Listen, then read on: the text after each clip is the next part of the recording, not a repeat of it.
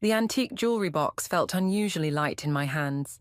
That was my first clue something was wrong. My grandmother's emerald necklace, the pearl earrings she wore at her wedding, the sapphire ring passed down 3 generations. All of them gone. In their place lay a hastily scribbled note in my mother-in-law's unmistakable handwriting. Had to borrow these. Will explain later. Karen. I'm Raylin, and this was the moment my perfect family facade began to crack. My hands trembled as I dialed Karen's number. 1 ring, 2 rings, 3. Darling, I was just thinking about you. Karen's syrupy voice came through the speaker. Where is my grandmother's jewelry? I kept my voice steady, though my knuckles were white from gripping the phone. Oh, that. She paused. Well, you never wear them anyway. They were just collecting dust in that old box. Karen, where are they? I had some financial difficulties. You know how these things go. The jewelry fetched a good price. The room spun. You sold them? Without asking me? Now, dear, don't be dramatic. They were just trinkets. I grabbed my car keys. I'm coming over. That's not necessary.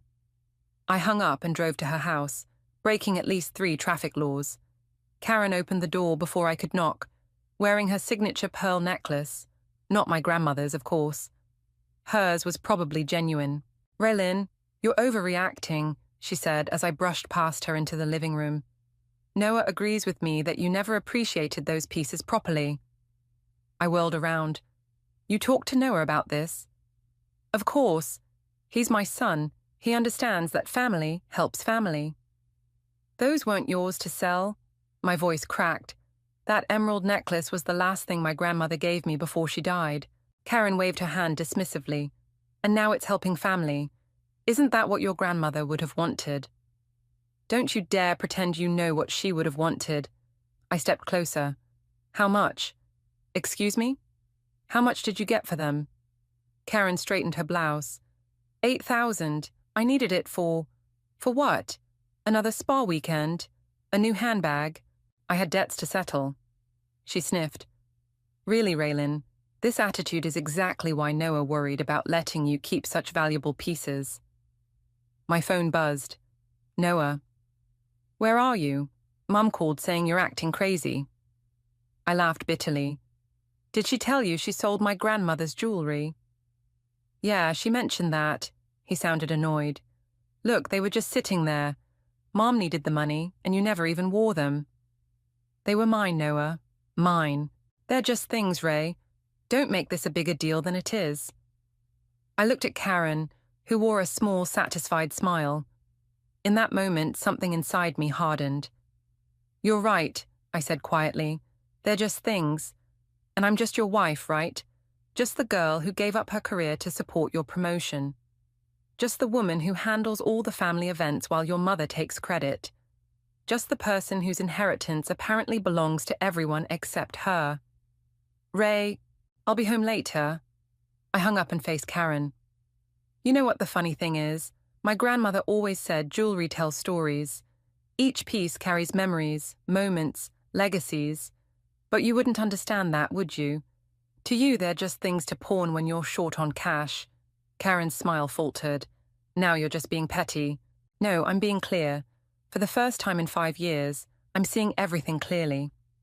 I walked to the door, then turned back. You know what else my grandmother taught me?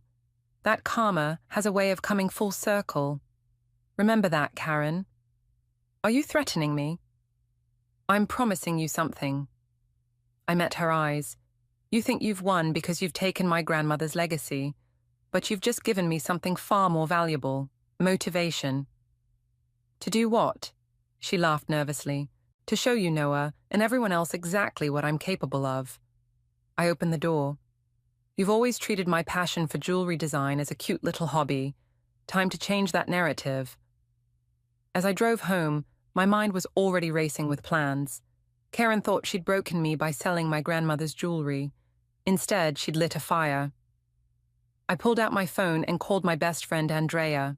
Hey, remember that business idea we talked about last month? The one you said I should pursue? I took a deep breath. I'm ready. and I know exactly where to start. The jewelry might be gone, but my grandmother's real legacy, her creativity, her determination, her spirit, that lived in me. And I was about to make sure everyone remembered that. You should have seen her face when I told her about karma, I said, sprawled on Andrea's couch, nursing my second glass of wine. Like she couldn't decide whether to laugh or call security. Andrea sat cross-legged on the floor, her laptop open to a business plan template. Karen's always underestimated you. But seriously, Ray, what's the actual plan here? Because revenge through success sounds great, but we need details. I pulled out my sketchbook, flipping to the designs I'd been too afraid to show anyone. Remember how I used to sketch my grandmother's pieces? I've been developing my own collections based on them. Modern takes on classic designs. These are incredible. Andrea leaned forward, pointing to a necklace design. Is this inspired by the emerald piece Karen sold? Yeah, I smiled. But see how I've reimagined it? Instead of one central stone, it's a cascade of smaller gems, more wearable, more modern. And more marketable, Andrea added, typing furiously. We could start with an online presence. Build a following on Instagram, showcase your process. The doorbell rang. Andrea checked her phone and grinned. Perfect timing. I invited someone you need to meet. She opened the door to reveal a sharp-dressed man in his 40s. Raylin, this is Daniel Oliver. He's an investor who specializes in emerging luxury brands. I shot Andrea a panicked look, but she just winked. Andrea's been telling me about your work, Daniel said, settling into an armchair. She mentioned you're looking to turn your designs into a proper business. I straightened up, suddenly very aware of my wine glass. I am. Though I'll be honest, I wasn't expecting to pitch to an investor tonight. Good. Rehearsed pitches are boring. He gestured to my sketchbook. Mind if I take a look? For the next hour, we talked designs, market positioning, and production costs.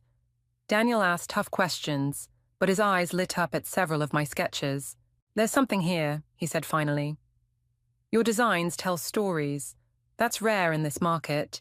Most new designers chase trends. You're creating narratives. That's what jewelry should do, I said. Every piece should mean something. Speaking of meaning, Andrea interjected, tell him about your grandmother's collection. I hesitated, then shared the story of Karen's betrayal. Daniel's expression darkened.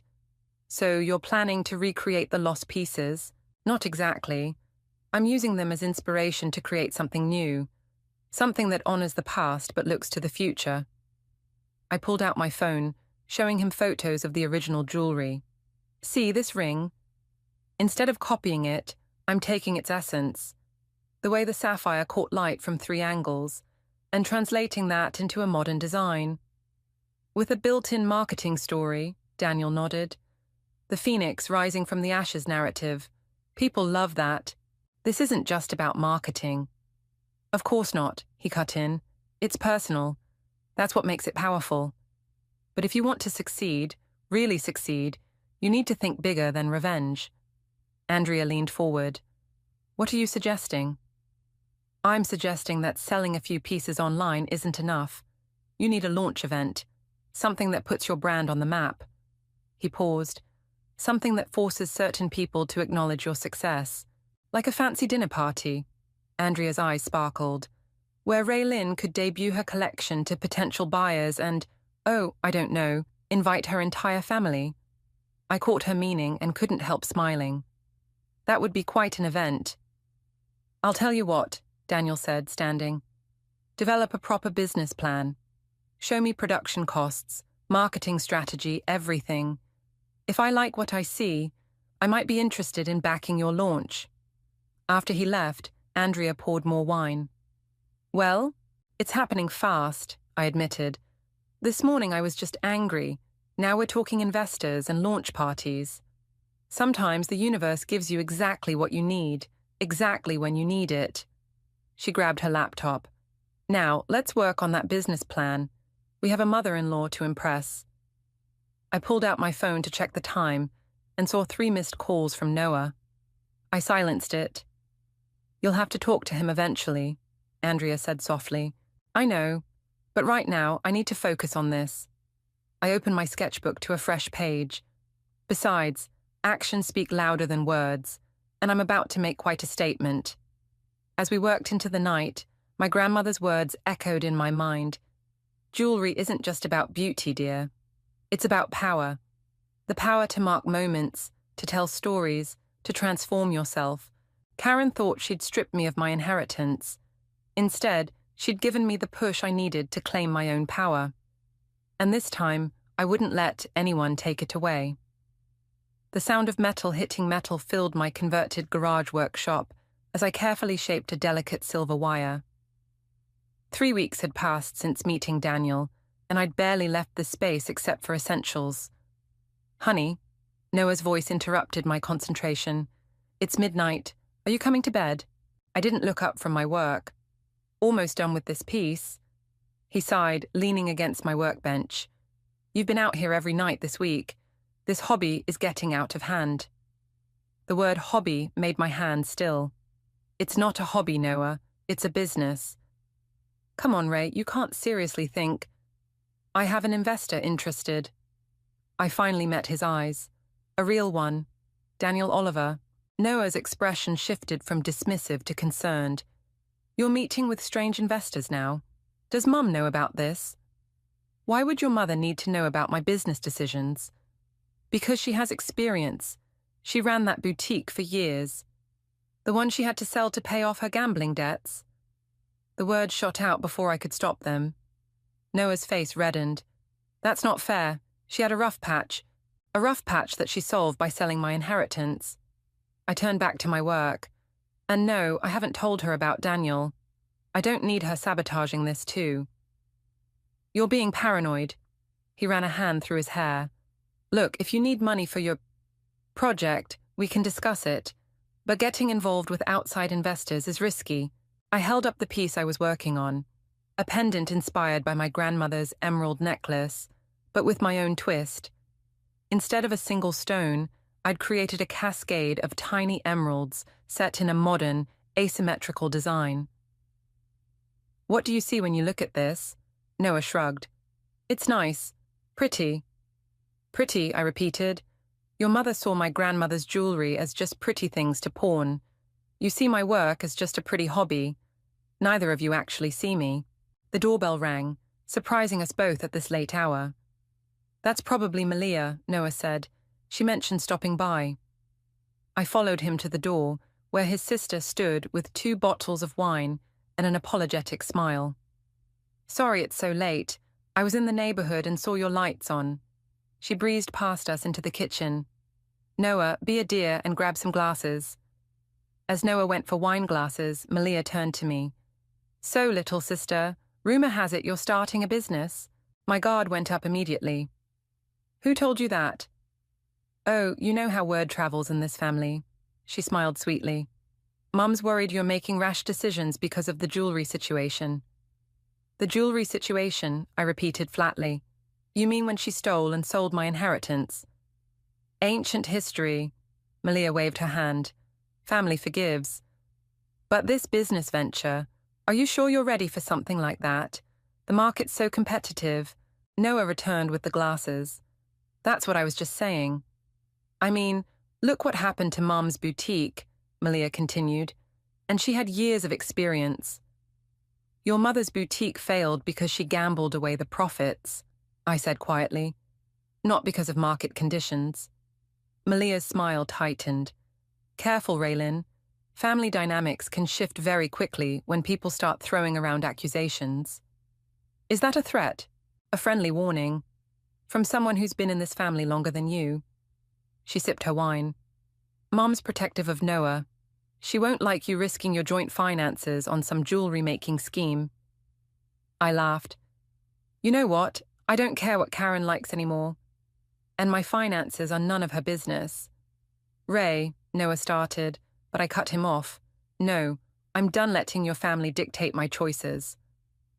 I headed back to my workshop. Lock up when you leave, Malia. Behind me, I heard Malia's stage whisper, Noah, you need to get this under control. Mum's really worried about her. In my workshop, I pulled out my phone and texted Andrea. Family ambush tonight. They're already trying to stop me. Her reply came instantly. Perfect.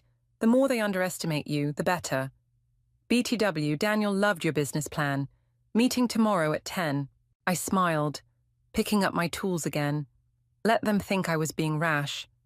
Let them whisper their warnings and concerns. Every doubt they expressed just fueled my determination. I worked through the night, completing 3 more pieces for my collection. Each one told a story, not just of what was lost, but of what I was becoming. And soon, very soon, they'd all see exactly what I was capable of. As dawn broke, I heard Noah leave for work without saying goodbye. That would have hurt once. Now it just reminded me why I needed to succeed. Not just for revenge, but for myself. Your Instagram following has tripled in the last 2 weeks, Daniel said, scrolling through my social media metrics. The behind-the-scenes videos of your crafting process are especially popular. We sat in his downtown office, surrounded by floor-to-ceiling windows. 2 months had passed since our first meeting, and my brand was gaining traction faster than I'd imagined. The pre-orders are exceeding expectations too, I added, pulling up the sales data on my tablet. Especially for the Phoenix collection. Daniel smiled. Interesting name choice. Rising from the ashes seemed appropriate. His phone buzzed. The smile faded as he read the message. We might have a problem. Someone's been calling my office, asking questions about your business. My stomach dropped. Karen? She's persistent, I'll give her that. Called 3 times yesterday, claiming she's your business partner. She's not... I know, he held up a hand, but she's also been reaching out to other potential investors, suggesting your business might not be legitimate. Before I could respond, my phone lit up with a text from Andrea. Emergency, Karen's at the workshop. I have to go. I grabbed my bag. She's at my studio. Want me to come with you? No, I need to handle this myself. I broke several speed limits getting to my workshop. Karen's luxury SUV was parked outside, and Andrea stood guard at the door, arms crossed.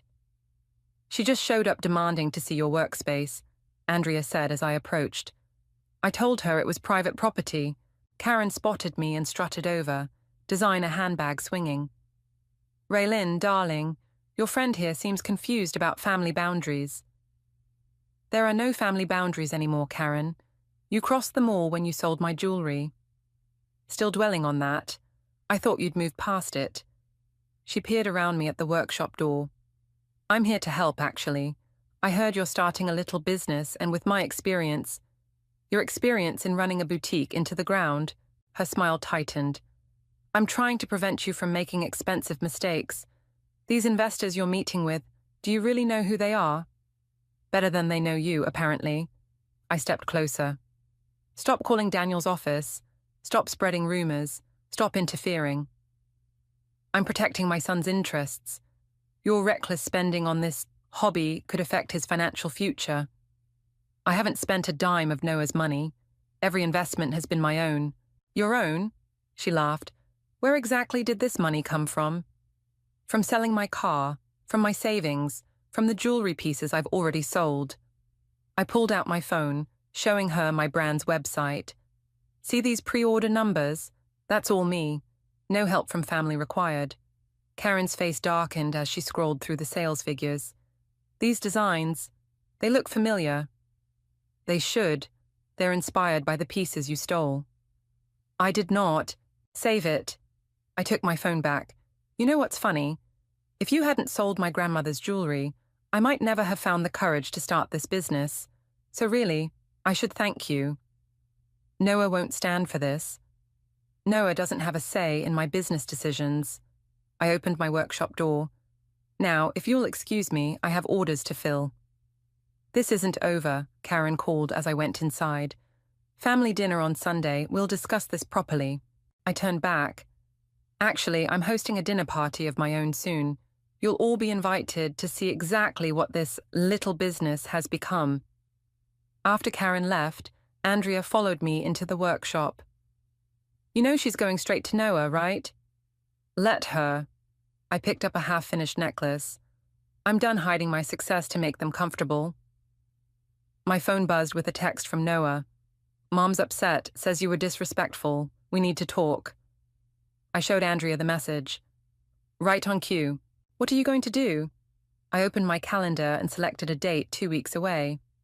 Book that dinner party. It's time everyone saw the truth, all at once. Drama with a side of karma. Andrea grinned. I'm in. I started crafting the invitation list. Karen and her husband, Noah, Malia and her husband, Daniel, and several prominent local jewelry buyers. The pieces from my Phoenix collection would be displayed throughout the dining room, each one a testament to what Karen's betrayal had sparked. They think they're coming to a family dinner, I said, finalizing the guest list. They have no idea they're about to attend the launch of the season's most talked-about jewelry brand. Andrea squeezed my shoulder. Your grandmother would be so proud. I touched the workshop key hanging around my neck, the last gift my grandmother gave me. She always said success is the best revenge. Time to prove her right. 3 days before the dinner party, I stood in my workshop, carefully arranging the Phoenix collection display. Each piece told part of my story, from loss to rebirth. The centerpiece was a necklace that echoed my grandmother's emerald piece, but with a modern twist that made it uniquely mine. My phone chimed with an anonymous email.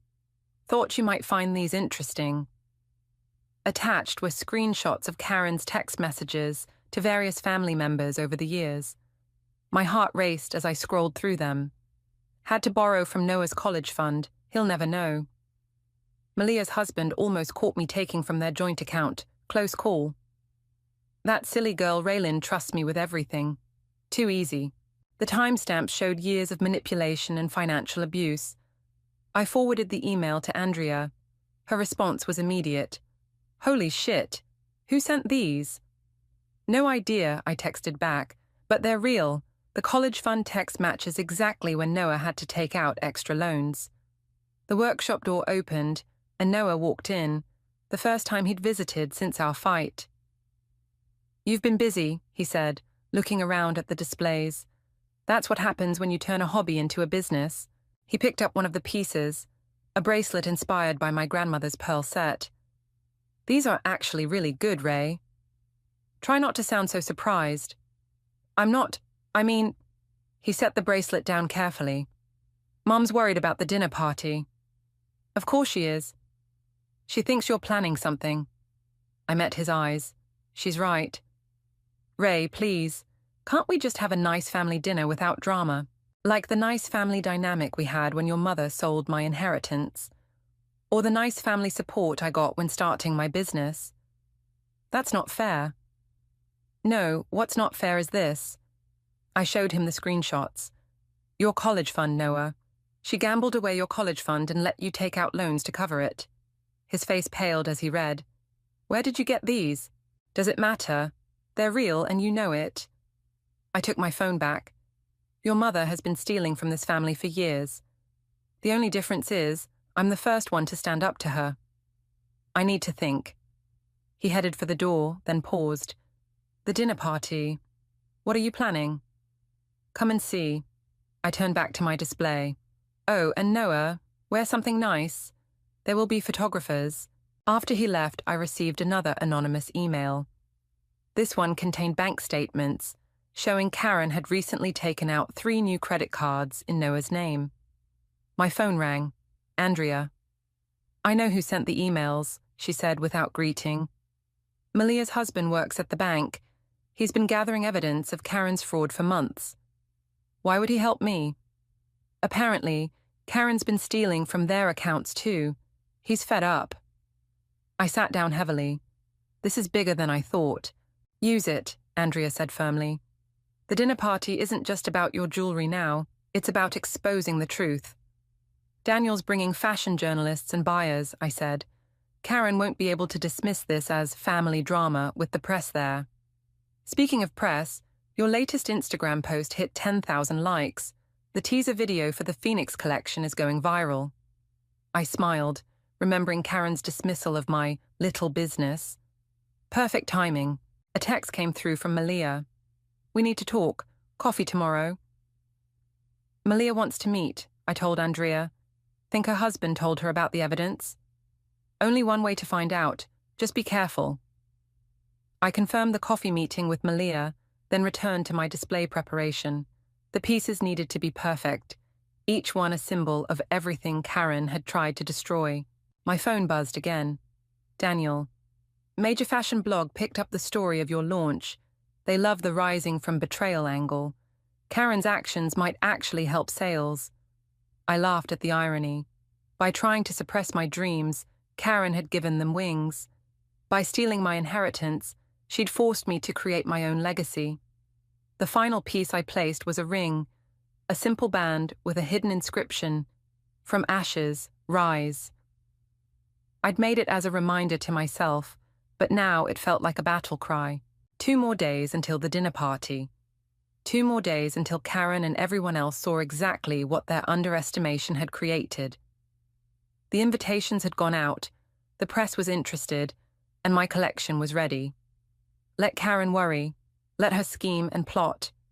This time, I wasn't the naive daughter-in-law hoping for approval. I was a businesswoman about to launch a brand built on the very betrayal meant to break me, and I was ready for war. The coffee shop buzzed with morning energy as Malia slid into the seat across from me. Her usual polished appearance seemed slightly frayed at the edges.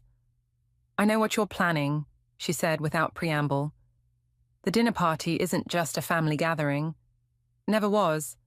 I stirred my coffee. "Question is, why are you really here?" Malia glanced around before pulling out her phone. "Have you seen this?"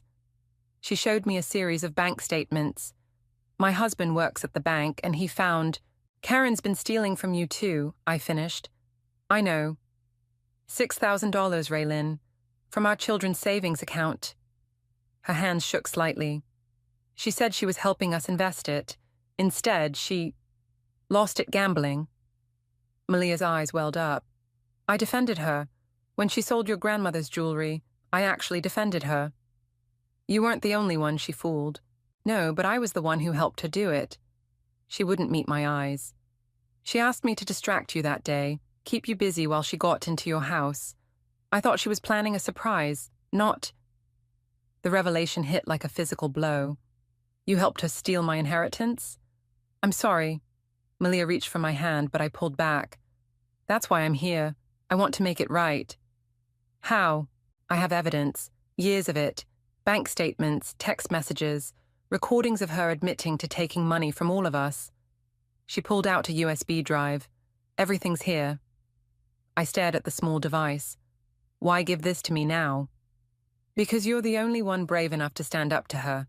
Malia's voice hardened. "And because she's trying to stop your dinner party." "What do you mean?"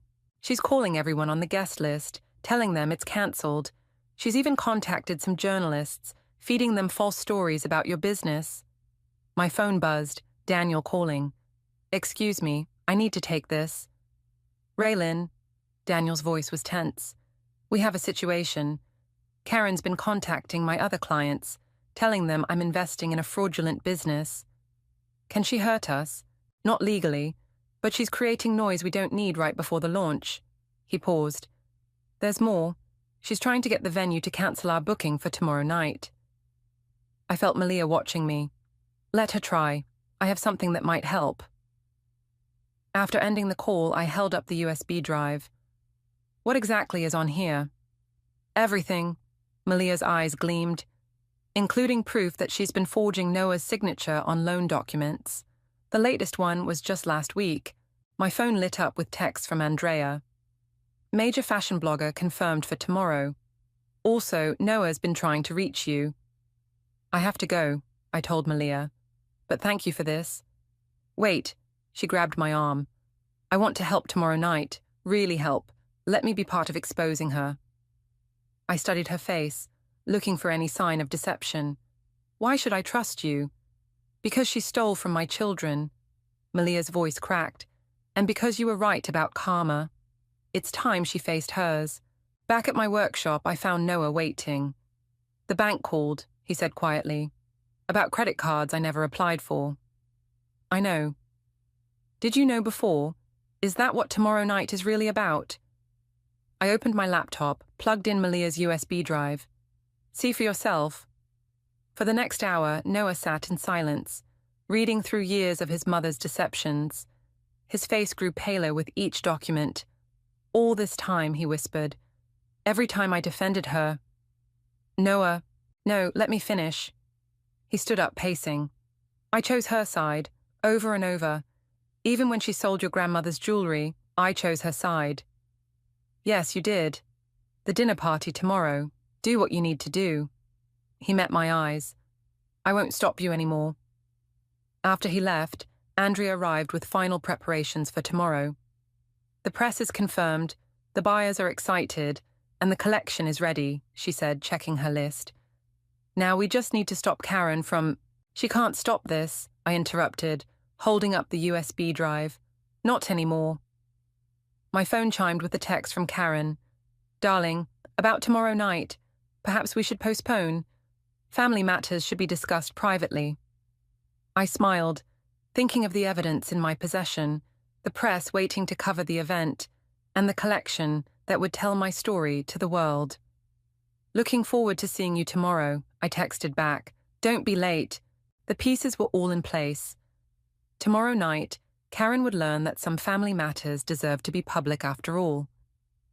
The private dining room at La Maison gleamed with strategic lighting, each piece of my collection displayed like precious artifacts in a museum. Fashion bloggers circulated with champagne flutes, their phones already capturing every detail. Daniel worked the room, chatting with potential buyers, while Andrea directed the photographer's attention to key pieces. They're here, Malia whispered, appearing at my side. Karen swept in with her usual dramatic flair, faltering slightly at the sight of the press. Noah followed, his face unreadable.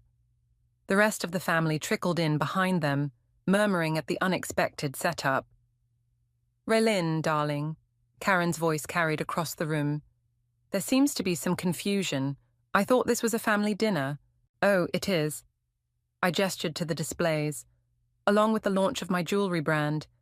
Please, everyone take your seats. Karen's eyes narrowed at the place cards, finding herself positioned directly across from me. Perfect view of everything to come. Before we begin, I stood, addressing the room, I'd like to share a story about legacy. Raylin, Karen warned, but I continued. 6 months ago, my mother-in-law sold my grandmother's jewelry collection without my permission. Cameras clicked as Karen's face reddened. She claimed it was just gathering dust. What she didn't realize was that she gave me something far more valuable than those pieces. She gave me motivation. Daniel stepped forward. Which is why I'm proud to announce my company's significant investment in Raylin's Phoenix collection. A collection, I added, inspired by the very pieces that were stolen from me. I did not steal, Karen started. No, I nodded to Malia, who connected her laptop to the room's projector. Let's talk about stealing, Karen. The screen filled with bank statements, text messages, and loan documents. Karen's face went from red to white as her years of financial manipulation displayed for all to see. That's private family business, she hissed, like Noah's college fund that you gambled away. I clicked to the next slide. Or the credit cards you opened in his name last week. Gasps filled the room. A fashion blogger's fingers flew across her phone screen. Noah, Karen turned to her son, tell them this is ridiculous. I've seen the evidence, Mom. Noah's voice was quiet but firm. All of it. The Phoenix collection, I continued, my voice steady, isn't just about beautiful jewelry. It's about rising from betrayal. Each piece tells a story of transformation. I lifted the necklace I was wearing, my modern version of the emerald piece. This design, for instance, was inspired by my grandmother's necklace, the one you sold for $8,000. I smiled at Karen. It just sold for $20,000 in pre-orders. Impossible, Karen whispered. Actually, Daniel stepped in, we've had to start a waiting list. Your daughter-in-law's designs are the talk of the industry. And speaking of industry, I gestured to the displays, every piece here represents something you tried to take from me. But instead of breaking me, you made me stronger. Karen stood abruptly. This is a setup, a vindictive attempt to... To what? Malia interrupted. To expose the truth? Like how you stole from my children's savings account. The room fell silent. Karen looked around wildly, finding no allies. I have built something beautiful from your betrayal, I said softly. While you were trying to stop this dinner party, I was signing contracts with 3 major retailers. While you were spreading rumors about my business, I was being featured in fashion magazines. You ungrateful. The police have been notified about the credit card fraud, Noah cut in, and the bank is investigating all suspicious activities. Karen's composure finally cracked. I am your mother. Everything I did was for this family. No, I picked up a small box from the table. Everything you did was for yourself. But I want to thank you, Karen. Without your betrayal, I might never have found my strength. I opened the box, revealing a delicate ring, the one inscribed with, "From ashes, rise." This piece isn't for sale. It's a reminder that sometimes our greatest pain leads to our greatest triumph. The fashion bloggers were practically vibrating with excitement. Daniel was already fielding calls from buyers.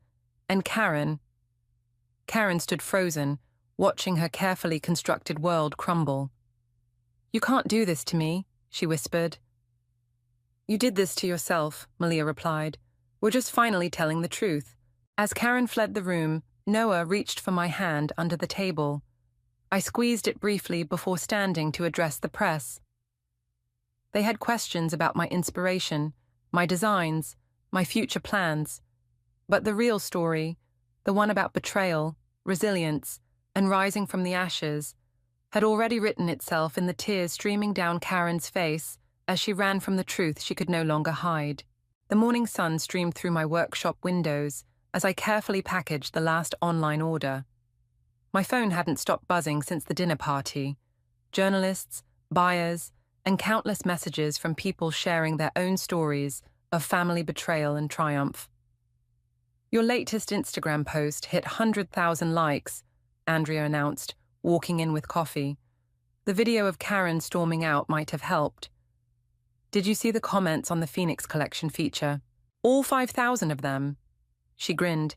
My favorite was, Karen got served karma with a side of success. The workshop door opened again. Noah stood there, looking uncertain. The police want to talk to Mom again, he said, stepping inside. They found more evidence of fraud. How are you holding up? I asked. Better than her. He picked up one of my newest designs, a bracelet that seemed broken, but was intentionally crafted that way, the fragments held together by gold threading. Dad's filing for divorce. Turns out she's been stealing from him too. Andrea squeezed my shoulder. I'll give you 2 a minute. After she left, Noah traced the gold threading on the bracelet. This is beautiful. The way you made the broken pieces part of the design instead of hiding them. Sometimes broken things make the most interesting art. Like broken families. His voice cracked slightly. Noah. No, let me finish. He set down the bracelet. I've been thinking about what you said that night, about rising from betrayal. I watched you turn Mom's actions into something powerful while I just enabled her. You were loyal. That's not a bad thing. Loyalty shouldn't be blind. He met my eyes. I failed you, Ray. When she sold your grandmother's jewelry, when she tried to stop your business, every time she hurt you, I chose her side. Yes, you did. I don't expect forgiveness, but I need you to know I see it now. All of it. He pulled out an envelope. This is everything I inherited from my grandfather. It's not much, but it might help track down some of your grandmother's pieces. Before I could respond, my phone rang. Daniel, turn on Channel 7 now, he said without greeting. I grabbed the remote for the workshop's small TV. Karen's face filled the screen, standing outside the police station. Sources say Karen Rogers, local socialite, is facing multiple charges of fraud and financial abuse, the reporter announced. Several family members have come forward with evidence. Noah switched off the TV. She did this to herself. Maybe we all did, I said quietly. We all played our parts, her manipulating, you enabling, me staying quiet, until we didn't. The workshop door opened again. Malia entered, carrying a familiar jewelry box. Found this in Mum's storage unit, she said, placing it on my workbench. There's more, but I thought you should have this first. With trembling hands, I opened the box. Inside lay my grandmother's sapphire ring, the one piece Karen claimed she'd sold to an overseas buyer. She kept it. My voice wavered. She kept all of it, Malia said. The emerald necklace, the pearl earrings, everything. We'll bring them back piece by piece. I slipped the ring on my finger, its familiar weight both comforting and different. I wasn't the same person who last wore it. What happens now? Noah asked. Now? I picked up the broken but beautiful bracelet. Now we do what this piece represents. We acknowledge the breaks, strengthen the weak points, and create something new. Together. He sounded hopeful. That depends. I met his gaze. Are you ready to see me, really see me, without Karen's influence? Yes. No hesitation. Then yes, together. I handed him the bracelet. Starting with you wearing this to my first major runway show next week. His eyes widened. Runway show? Daniel's arranged for the Phoenix collection to feature in Fashion Week. I smiled. Turns out Karma looks good on the catwalk. Malia laughed, then grew serious. Mom's going to hate watching your success from her jail cell. Maybe. I touched my grandmother's ring. Or maybe she'll finally learn what I did. That sometimes losing everything is just the beginning of finding yourself. The morning sun caught the sapphire, sending blue light dancing across my workbench. Each sparkle reminded me of my grandmother's words. Jewelry tells stories, dear. Make sure yours is worth telling. Looking at my brother and sister-in-law, at my thriving business, at the ring I'd thought lost forever, I knew my story was just beginning. And this time, I was writing it on my own terms. Now, I picked up my tools. Who's ready to help me design something new?